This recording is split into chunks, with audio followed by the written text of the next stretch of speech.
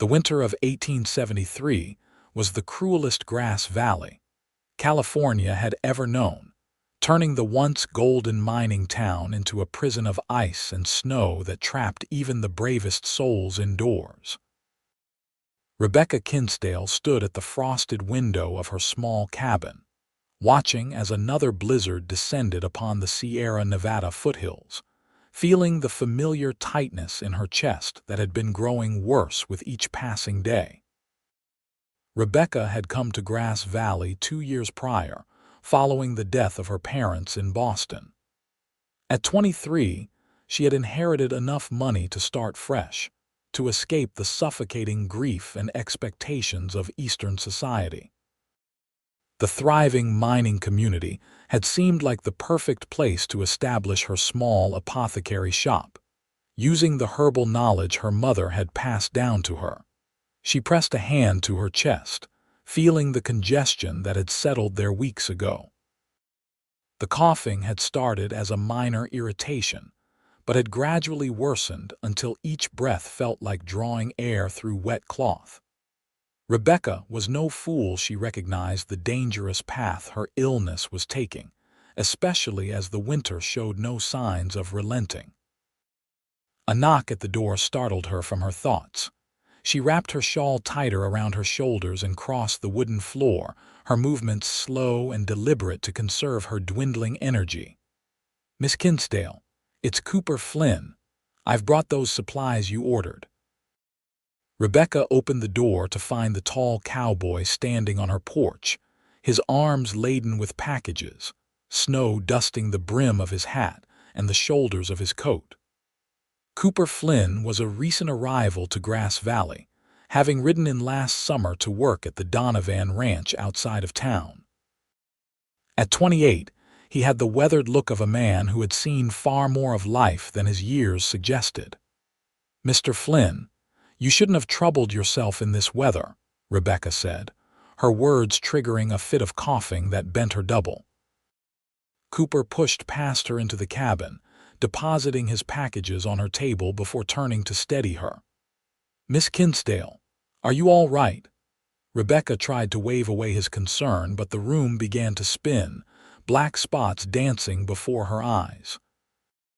The last thing she remembered was Cooper's strong arms catching her before she hit the floor. When Rebecca regained consciousness, she was tucked into her bed, a fire blazing in the hearth. She tried to sit up, but found herself too weak to manage it. "Easy now," Cooper said, appearing at her bedside with a cup of steaming liquid. "You've been unconscious for nearly 3 hours. 3 hours." Rebecca's voice was barely a whisper. "You shouldn't have stayed." "The storm isn't going anywhere, and neither am I," Cooper said firmly, helping her to sit up enough to sip the warm broth. "I've sent word to Doc Miller with one of the neighbor boys who was passing by, but with this blizzard, it might be a day or more before he can get here." Rebecca wanted to protest, to insist that Cooper return to the ranch, but another coughing fit seized her, leaving her gasping and weak. When she withdrew her handkerchief from her mouth, she wasn't surprised to see flecks of blood staining the white fabric. She quickly folded it, but not before Cooper noticed. His expression grave, he took the cup from her trembling hands. "You need proper care, Miss Kinsdale, and until the doctor can get here, I aim to provide it." "You can't stay," Rebecca protested weakly. "It wouldn't be proper." Cooper's mouth quirked in the hint of a smile. "Respectfully, Miss Kinsdale, I don't think propriety is your biggest concern right now. Besides, Mrs. Peterson from next door has already been by. She's agreed to stay in the front room as chaperone once she gets her children settled for the evening." Rebecca sank back against her pillows, too exhausted to argue further. "Thank you," she whispered. Cooper nodded, his blue eyes serious beneath the unruly dark hair that fell across his forehead. "Rest now. I'll be right here if you need anything." As darkness fell, Rebecca drifted in and out of consciousness. Each time she woke, Cooper was there adjusting her blankets, coaxing her to drink, placing cool cloths on her forehead when fever claimed her. Through the haze of illness, she found herself studying him. The gentle strength in his hands, the worry that creased his brow, the low, soothing tone of his voice as he spoke to her. By morning, Doc Miller still hadn't arrived and Rebecca's condition had worsened. Her breathing was labored, each inhale a struggle that seemed to tear at her lungs. "We need to ease that congestion," Cooper said, more to himself than to Rebecca. He searched through her small collection of medicinal herbs and found what he was looking for: dried eucalyptus leaves. "My mother was a healer back in Texas," he explained as he worked.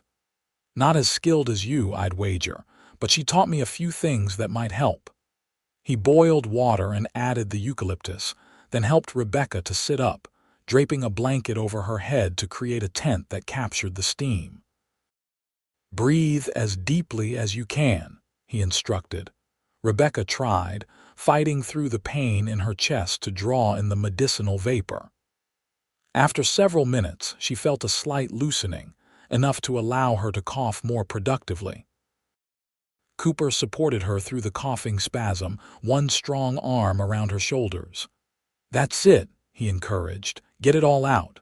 When the worst had passed, Rebecca slumped against him, utterly spent. "Why are you doing this?" she asked. "You hardly know me." Cooper was quiet for a long moment, his arm still around her. "I know enough," he finally said. "I know you're kind to everyone who comes into your shop. I know you refused payment from the Wilsons when their little girl was sick last month. I know you work harder than anyone has a right to, running that place all on your own." He paused. "And I know that Grass Valley would be a poorer place without you in it." Rebecca felt warmth spread through her that had nothing to do with her fever. Before she could respond, there was a knock at the door. Mrs. Peterson's voice called out, "Mr. Flynn, Doc Miller's here." The doctor's arrival brought both relief and grave concern. After examining Rebecca thoroughly, he pulled Cooper aside, speaking in low tones that Rebecca couldn't quite catch through her feverish haze. She saw Cooper's expression darken, saw him shake his head emphatically at something the doctor said. When Doc Miller left, promising to return the next day if the weather permitted, Cooper sat beside Rebecca's bed, his face grim. "He wants to send you to the hospital in Sacramento," Cooper said without preamble. "Says your lungs are filling with fluid, and you need care beyond what he can provide here." Rebecca closed her eyes. She knew what that meant in the middle of the worst winter in memory, with the passes nearly impassable. Such a journey would likely kill her before she ever reached Sacramento. "No," she said simply. "That's what I told him," Cooper agreed. "I said we'd care for you here, get you through this." Rebecca questioned. "Mrs. Peterson has agreed to help, and I've sent word to the ranch that I won't be back until you're better." His tone brooked no argument. "I've weathered some rough times, Miss Kinsdale. I reckon I can weather this one too." As January gave way to February with no break in the brutal weather, Rebecca's cabin became a world unto itself. Cooper moved between her sick room and the front room where he slept on a pallet before the fire. His days and nights dedicated to fighting the illness that threatened to steal her away. He learned the rhythms of her illness when fever would spike in the late afternoons, when breathing became most labored in the pre-dawn hours, when brief periods of lucidity offered chances to provide nourishment and comfort. Mrs. Peterson came daily, bringing food and helping with Rebecca's more personal care, but it was Cooper who remained the constant presence, his determination unwavering. During one particularly bad night, when Rebecca's fever soared and her breathing became so shallow Cooper feared each breath might be her last, he sat beside her bed holding her hand, speaking softly of his life before Grass Valley, of the Texas ranch where he'd grown up, of the years spent driving cattle and breaking horses, of the loneliness that had followed him like a shadow. "I never stayed anywhere long enough to call it home," he admitted, not sure if she could even hear him through the fever. "Always restless, always moving on before folks got too close." He smoothed a damp strand of auburn hair from her forehead. "Then I rode into this valley last summer, saw those pine-covered hills and that little stream running through town, and something just settled inside me." Rebecca stirred slightly, her eyes fluttering open. "Why?" she whispered, her voice barely audible. Cooper hadn't realized she was awake enough to listen. He felt strangely exposed but continued anyway. "I'm not rightly sure. Maybe I was just tired of running. Or maybe—" He hesitated, then finished softly, "Maybe I was finally running towards something instead of away." Rebecca's fingers tightened weakly around his. "Don't run away from Grass Valley," she murmured before drifting back into restless sleep. Cooper sat there holding her hand long after she'd fallen unconscious, watching the rise and fall of her chest, each breath a small victory in the battle they were fighting together. As February progressed, Rebecca experienced periods of improvement followed by frightening setbacks. During her more lucid moments, conversation became their refuge from the sickness that had imprisoned them both in the small cabin. "Tell me about Boston," Cooper requested one afternoon as he helped her sit up to drink some broth. "What made you leave everything behind to come west?" Rebecca sipped the warm liquid, grateful for the strength it provided. "After my parents died, influenza took them both within days of each other. There was nothing left for me there but memories. The house felt like a mausoleum." She paused, gathering her thoughts. "My mother had taught me about healing plants since I was a child. It seemed natural to use that knowledge to build a new life. Why Grass Valley, though? You could have gone anywhere." A small smile touched Rebecca's pale lips. "I read about it in a newspaper article. They called it a gem nestled in the Sierra foothills. Something about that description spoke to me." Her smile faltered. "Though I never expected winters quite this harsh." "No one did," Cooper assured her. "Old-timers say they haven't seen snow like this since the mining camps first started." "What about you?" Rebecca asked, her voice growing weaker with fatigue. "What brought you to Donovan's ranch?" Cooper took the empty cup from her hands, helping her lie back against the pillows. "The usual. Good pay, fair boss. Donovan doesn't mind that I prefer working with horses to cattle. Says I have a gift with the troublesome ones." "You have a gift with troublesome people too," Rebecca murmured, her eyes drifting closed. Cooper tucked the blankets around her. "You're hardly troublesome, Miss Kinsdale." "Rebecca," she corrected sleepily. "After all this, I think you should call me Rebecca." "Rebecca," he repeated softly, the name feeling right on his tongue.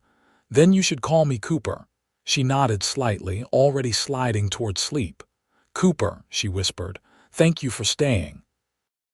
As February turned to March, the first hints of spring began to appear. The snow still blanketed the ground, but the sun shone with increasing strength, and the icicles hanging from the cabin's eaves dripped steadily during the day. Rebecca's condition mirrored these tentative changes, her fever breaking for longer periods, her cough becoming less violent, her periods of wakefulness extending. Doc Miller, who had managed to visit every few days as the roads became more passable, declared himself cautiously optimistic. "The pneumonia is starting to resolve," he told Cooper after examining Rebecca. "She's not out of danger yet, but if we can keep her improving at this rate—" "She'll make it," Cooper said with quiet certainty. "She's stronger than she looks." The doctor gave him an appraising look. "You've gone above and beyond what anyone would expect, Flynn. Most men would have handed her care off to the women of the town weeks ago." Cooper shrugged, uncomfortable with the implied question. "I gave my word I'd see her through." Doc Miller nodded, though his expression suggested he understood more than Cooper had said. "Well, keep doing whatever you're doing. It seems to be working." As Rebecca's strength gradually returned, she began to chafe at her confinement to bed. "I need to sit by the window," she insisted one morning in mid-March. "I want to see the sun." Cooper hesitated. "Are you sure you're strong enough?" "No," Rebecca admitted with a small laugh that didn't trigger coughing for the first time in weeks. "But I'm tired of staring at these four walls." "Help me," Cooper couldn't deny her.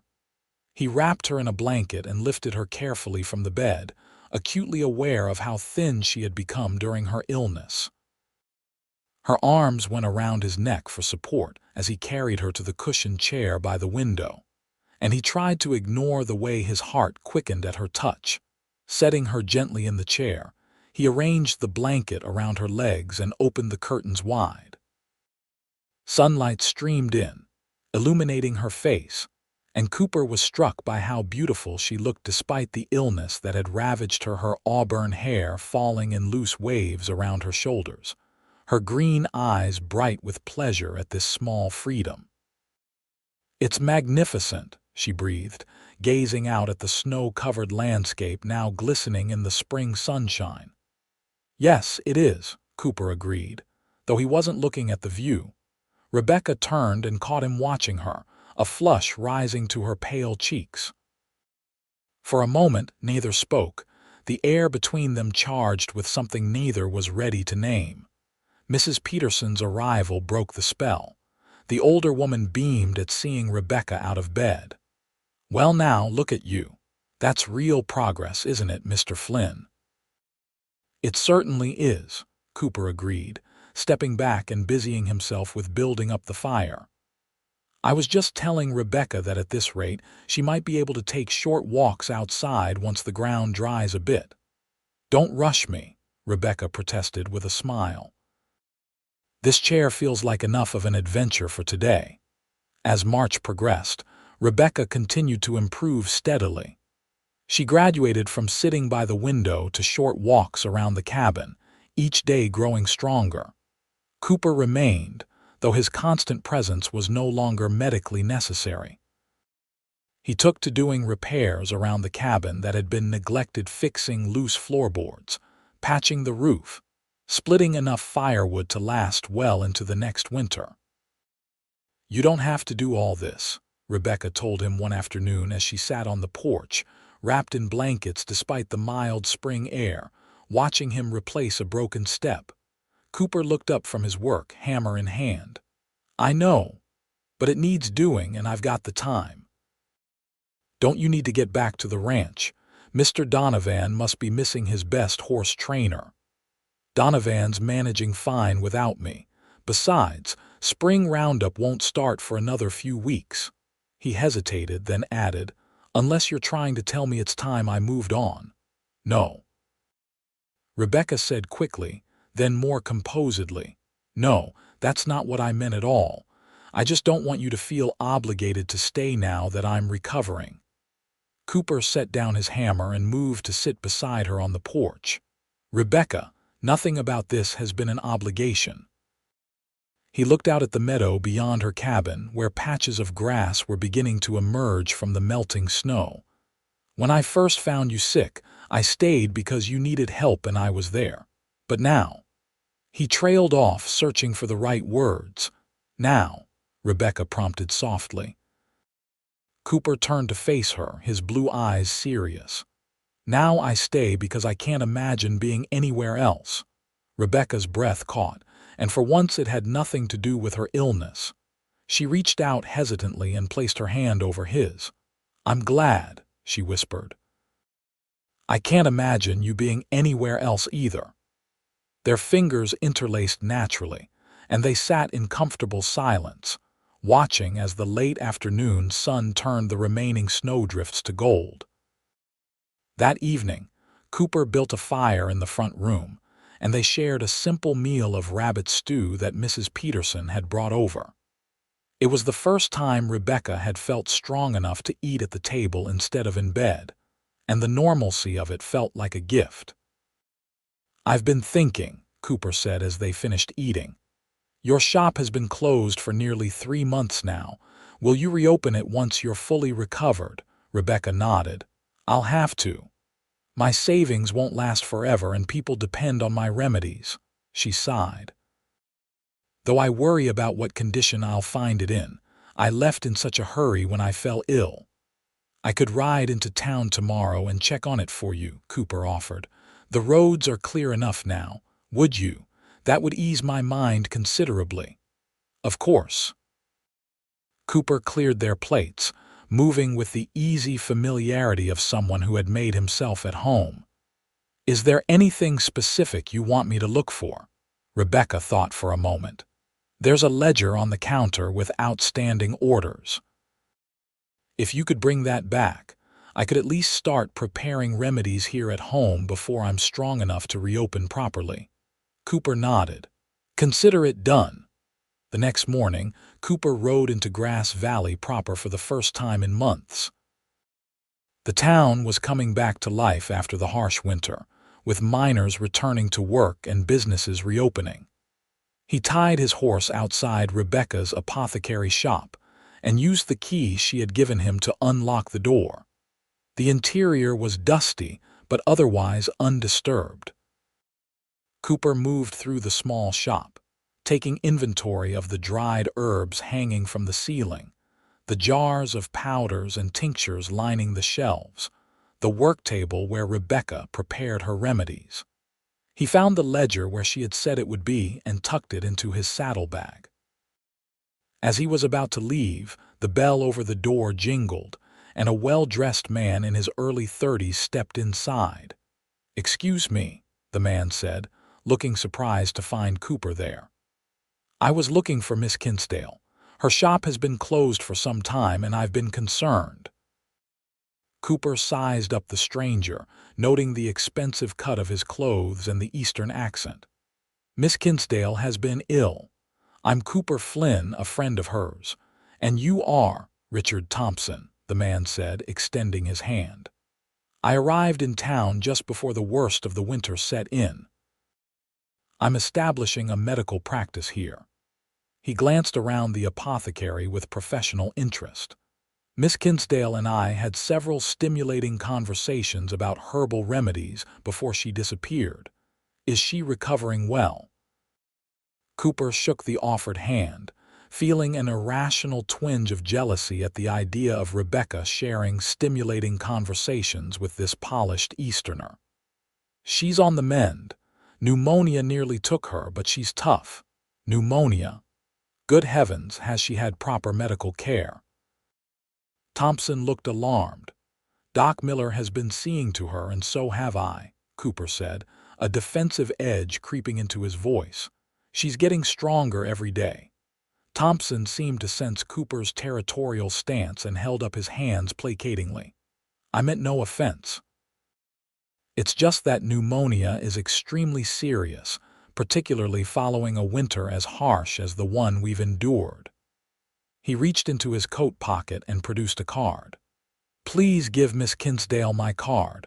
I would be happy to offer a consultation, free of charge of course, when she feels up to it." Cooper accepted the card reluctantly. "I'll pass it along." "Thank you." Thompson hesitated, then added, "You know, it's rather unusual for a woman to run an establishment like this on her own, especially one with Miss Kinsdale's obvious education and refinement.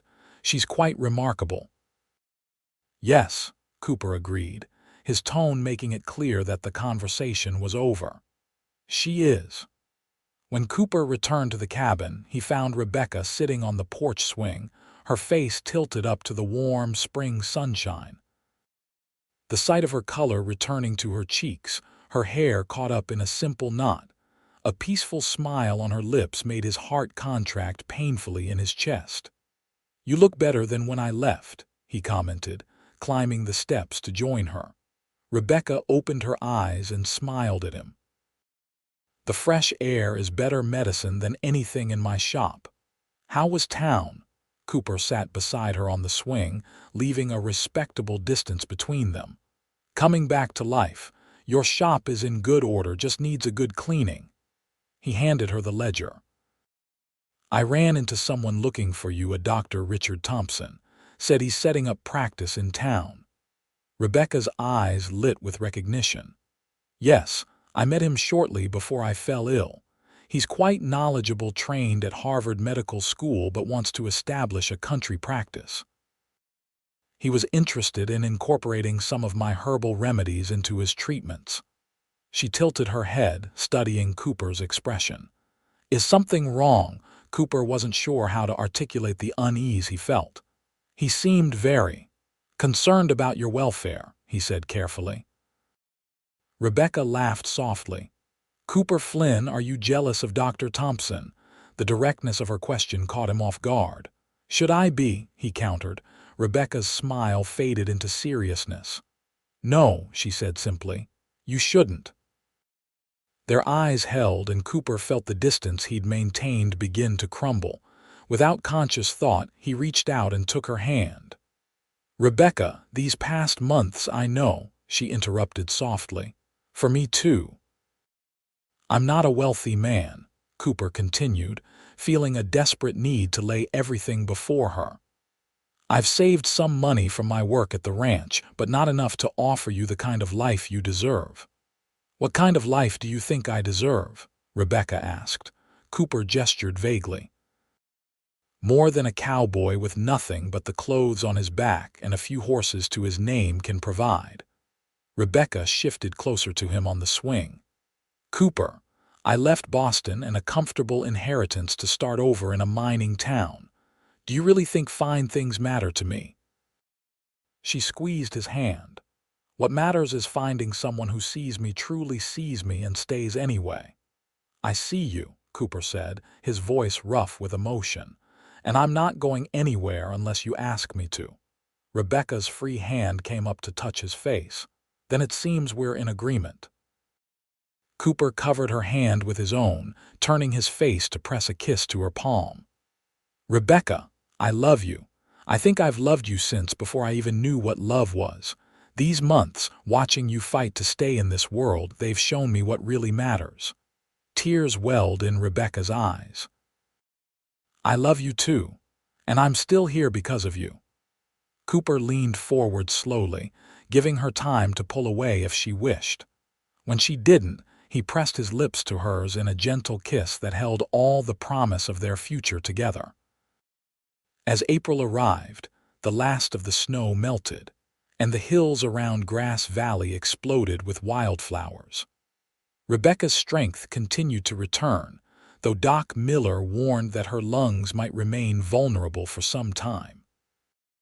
Cooper rode into town and officially tendered his resignation to the Donovan Ranch, explaining that he had other plans for his future. About time, Donovan had said gruffly. Been obvious to everyone but you two where this was heading since last summer. Cooper returned to Rebecca's cabin with news that made her eyes widen with surprise. Mr. Henderson wants to sell his livery stable, he told her as they walked slowly around her garden, where the first green shoots were pushing through the soil. Says he's getting too old for the work and wants to move to Sacramento to be near his daughter. And, Rebecca prompted, sensing there was more. And I'm thinking of buying it, Cooper said, watching her reaction carefully. With my savings and a small loan from the bank, I could take it over. Build it into something more, not just boarding horses, but breeding and training them too. Rebecca's face lit with understanding. You'd be staying in Grass Valley permanently. Cooper nodded, taking both her hands in his.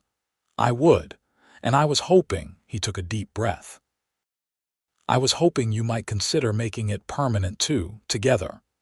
Rebecca's brow furrowed in confusion. What do you mean? Cooper dropped to one knee, still holding her hands, his eyes never leaving hers. Rebecca Kinsdale, this winter nearly took you from this world, and I realized I never want to be parted from you again. Will you marry me? Rebecca gasped, tears filling her eyes. Cooper, are you sure? We've only known each other. I've never been more sure of anything, Cooper interrupted gently. We've seen each other at our worst and our best. I know your strength, your compassion, your stubbornness," he smiled. "And I love all of it, all of you." "Yes," Rebecca whispered. Then louder, "Yes, Cooper Flynn, I will marry you." Cooper rose to his feet and pulled her into his arms, kissing her with all the passion he'd held in check during her long recovery.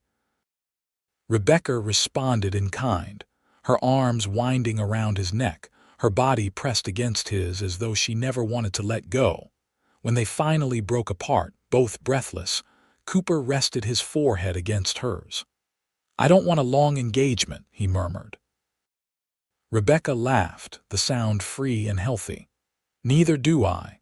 Though we should at least wait until the apple blossoms are out. I've always wanted to be married under apple blossoms." Cooper kissed her again briefly. "Apple blossoms it is." News of their engagement spread quickly through Grass Valley. Mrs. Peterson insisted on hosting a small celebration at her home, where the townspeople who had worried about Rebecca through the winter could come to wish them well. Even Dr. Thompson attended, graciously offering Cooper his congratulations while presenting Rebecca with a rare medical text on herbal remedies as an engagement gift. "You know," the doctor told them both, "what you experienced this winter is quite remarkable from a medical perspective. Cases of pneumonia as severe as yours rarely resolve so completely, especially without hospital care." Rebecca smiled up at Cooper. "I had excellent nursing care." Thompson nodded thoughtfully. "Indeed. But I wonder if there wasn't something else at work as well, something science hasn't quite managed to quantify yet."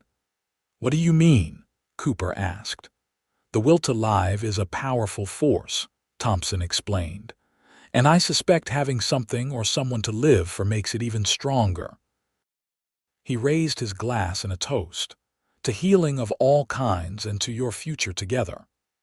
As promised, they were married in late April, beneath the apple trees behind Rebecca's cabin that had burst into fragrant pink and white blossoms.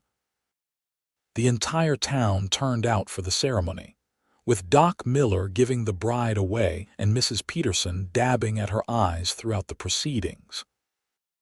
Rebecca wore a simple dress of pale blue silk that Cooper had ridden all the way to Sacramento to purchase as a surprise, insisting that she deserved something special for their wedding day. Cooper, for his part, wore a new black suit that made him look so handsome Rebecca could hardly take her eyes off him as they exchanged their vows. "I promise to love you through all seasons," Cooper told her, his voice steady despite the emotion shining in his eyes. "Through winter's trials and summer's joys, through all the years we're granted together. And I promise to love you with the same strength and devotion you showed me," Rebecca replied, her voice clear in the spring air. "To build a life with you that honors the gift we've been given, a second chance at happiness, at family, at home." The celebration afterward lasted well into the evening, with tables set up beneath lanterns hanging from the apple boughs. There was music and dancing, though Cooper made sure Rebecca didn't overtax herself. As the night grew late, they thanked their guests and retreated to the cabin that was now officially their shared home. "Are you tired?" Cooper asked solicitously as he closed the door behind them. "You've had a long day." Rebecca turned to him, her eyes bright with happiness and something more. "Not at all," she said softly, stepping into his arms. "In fact, I feel stronger than I have in months." Cooper's hand settled at her waist, drawing her closer. "Is that so, Mrs. Flynn?" "It is, Mr. Flynn." Rebecca reached up to loosen his tie. "I believe I'm fully recovered, wouldn't you agree?" Cooper's breath caught as her meaning became clear.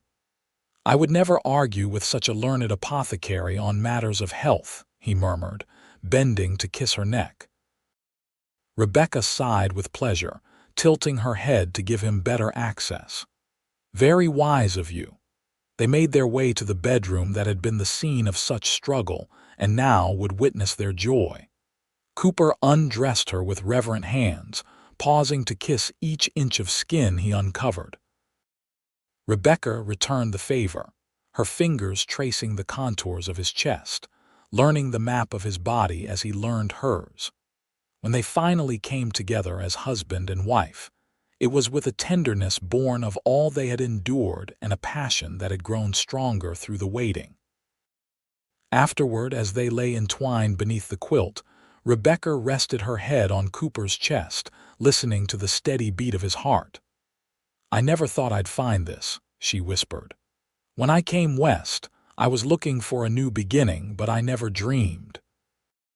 Cooper stroked her hair, marveling at the softness of it between his fingers. "Neither did I. I spent so many years wandering, never staying anywhere long enough to put down roots." He kissed the top of her head. "Thank you for giving me a reason to stay." "Thank you for not giving up on me," Rebecca replied, her voice thick with emotion. "Even when Doc Miller thought I might not make it." "Never," Cooper vowed fiercely. "I would have sat by your bedside forever if that's what it took." They fell asleep in each other's arms, the moonlight streaming through the window illuminating their peaceful faces. Spring gave way to summer, and the newlyweds settled into a rhythm of shared work and happiness. Cooper took over the livery stable, quickly earning a reputation for his skill with even the most difficult horses. Rebecca reopened her apothecary shop, her customer base expanded by Cooper's connections with the ranchers and miners who brought their horses to him.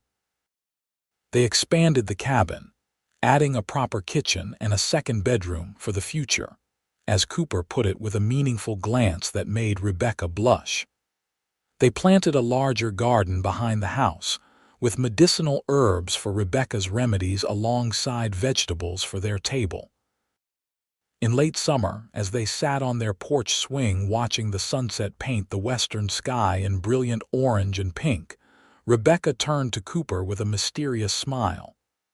"I have something to tell you," she said, taking his hand and placing it on her still flat stomach. "Something wonderful." Cooper's eyes widened as he realized what she was saying. "Rebecca," he breathed. "Are you sure?" She nodded, her eyes bright with happy tears. "Dr. Thompson confirmed it yesterday. We're going to have a baby in early spring." Cooper gathered her into his arms, laughing with joy. "A baby." "Our baby." He pulled back suddenly, his expression turning serious. "But after your illness, will you be all right?" Rebecca touched his face gently. "Dr. Thompson says I'm fully recovered and should have a normal pregnancy. He'll monitor me closely, of course, but he doesn't anticipate any problems." Relief washed over Cooper's features, followed quickly by wonder. "We're going to be parents," he said, the awe evident in his voice. "We are," Rebecca confirmed, nestling against his side. "And I can't imagine a better father for my child." Cooper kissed her tenderly. "Or a better mother." As autumn painted the hills around Grass Valley in russet and gold, Rebecca's pregnancy progressed smoothly. Her slight frame gradually rounded with new life, and Cooper found himself more in love with her than ever. He took to speaking to her belly each night, telling their unborn child stories about horses and cattle drives and the beauty of the western lands. "You'll teach our son or daughter to ride, won't you?" Rebecca asked one evening as they prepared for bed. "As soon as they're big enough to sit a saddle," Cooper promised. "Though if it's a girl, she'll be as proper a lady as her mother." Rebecca laughed. "A lady who rides astride and knows her own mind," she corrected, referring to the scandal she'd caused in town by rejecting side saddles in favor of riding like a man when she accompanied Cooper on short trips to outlying ranches. "Of course," Cooper agreed with a grin. "Would I want her any other way?" Winter approached again, but unlike the previous year, they faced it with joy rather than fear. Cooper had insulated the cabin thoroughly and laid in enough firewood to last through 3 harsh seasons. Rebecca had prepared tinctures and syrups to ward off any illness that might threaten their household. "We'll be fine," Cooper assured her as the first snow fell in late November. "This winter won't be like the last." And it wasn't. Though snow blanketed Grass Valley once more, it was a normal winter, not the brutal siege of the previous year. Rebecca remained healthy throughout, her pregnancy progressing without complication. Christmas was a particularly joyful occasion, with Cooper surprising Rebecca with a beautifully crafted cradle he had commissioned from the town's carpenter. Rebecca, in turn, gave him a leather-bound journal in which to record their child's milestones and memories.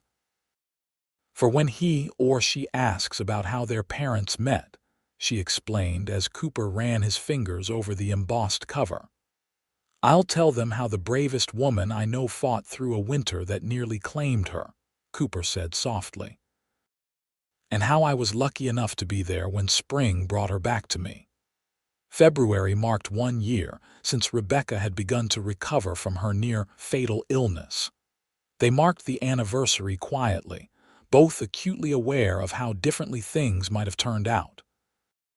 "Sometimes I think about parallel lives," Rebecca mused as they sat before the fire, her head on Cooper's shoulder, his hand resting protectively on her rounded belly. "Ones where you didn't happen to bring those supplies that day, or where I sent you away out of propriety, or where the pneumonia was just a little worse." "Don't," Cooper said, tightening his arm around her. "We're here together. That's all that matters." Rebecca nodded against his shoulder. "You're right, She placed her hand over his on her stomach where their child kicked vigorously. "I'm so grateful, Cooper, for you, for this life we've built for our baby." Cooper turned his head to kiss her temple. "As am I, love, as am I."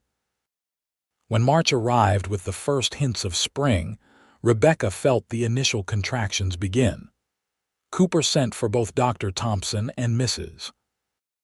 Peterson, then set about preparing the bedroom as Rebecca had instructed weeks earlier: clean linens, hot water, the special herbal mixture she had prepared to ease labor pains.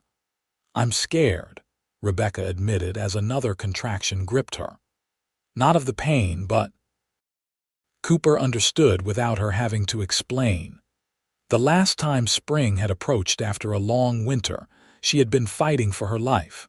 Now she was fighting to bring new life into the world. "This is different," he assured her, wiping her brow with a cool cloth. "You're stronger now than you've ever been, and I'm right here beside you just like before." Rebecca nodded, drawing strength from his certainty. "Don't leave me," she whispered. "Never," Cooper promised. The labor lasted through the night and into the next morning, despite Dr. Thompson's suggestion that Cooper wait outside as was customary. He refused to leave Rebecca's side, holding her hand through each contraction, supporting her as she walked the room between pains, whispering encouragement when she felt she couldn't continue. As the sun rose on a beautiful spring morning, their son was born a healthy, robust boy with a shock of dark hair like his father's and eyes that already showed hints of his mother's vivid green. "He's perfect," Cooper said in awe as Dr. Thompson placed the swaddled infant in Rebecca's arms. "He is," Rebecca agreed, tears of joy streaming down her face. "Our little miracle." They named him Daniel James Flynn, Daniel for Rebecca's father and James for Cooper's. As Rebecca nursed him for the first time, Cooper sat beside them on the bed, one arm around his wife, one finger captured in his son's tiny but surprisingly strong grip. "Thank you," Cooper said, his voice husky with emotion. Rebecca looked up from their son's face. "For what?" "For fighting to stay, for loving me, for him." Cooper gestured to the perfect little being they had created together. "For everything." Rebecca leaned up to kiss him softly. "We fought together," she reminded him, "and we'll keep fighting together for all the good things yet to come." Outside their window, the first daffodils of spring pushed through the soil, golden harbingers of renewal and hope. The winter that had nearly claimed Rebecca had instead given her the greatest gifts of her life, the love of a good man, and now the child they shared. As Daniel drifted to sleep against his mother's breast, Cooper and Rebecca exchanged a look of pure contentment. The journey that had begun in illness and fear had led them here, to this perfect moment of family and love.